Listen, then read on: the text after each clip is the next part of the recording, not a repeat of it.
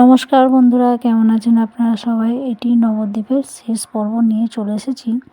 এটা হচ্ছে নবদ্বীপের প্রসিদ্ধ মন্দির পোড়ামাতলা। এই মন্দিরটায় একটা বট গাছের মাঝখানে আছে, নিচে মায়ের মন্দির, তার উপর দিয়ে বট গাছ আছে। চারিদিকে অনেক দোকান আছে, সেখান থেকে ফুল ভোগ নিয়ে আমরা মায়ের পুজো দিয়ে দিলাম। এই যে মায়ের মন্দির, এই যে বট গাছ, মায়ের মন্দিরের উপর দিয়ে বিশাল বড় বট গাছ উঠেছে। আর এখানে এই বট গাছের শিকড়ে সবাই ঢিল বাঁধে, যার যা মনস্কামনা থাকে জানিয়ে ঢিল বাঁধে মায়ের এখানে 12 মাস মোটামুটি ভালোই লোক হয়।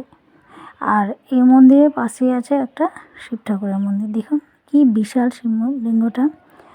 শুনেছি নাকি এটা একটু একটু করে প্রতি বছর বাড়ে, জানি না ঠিক।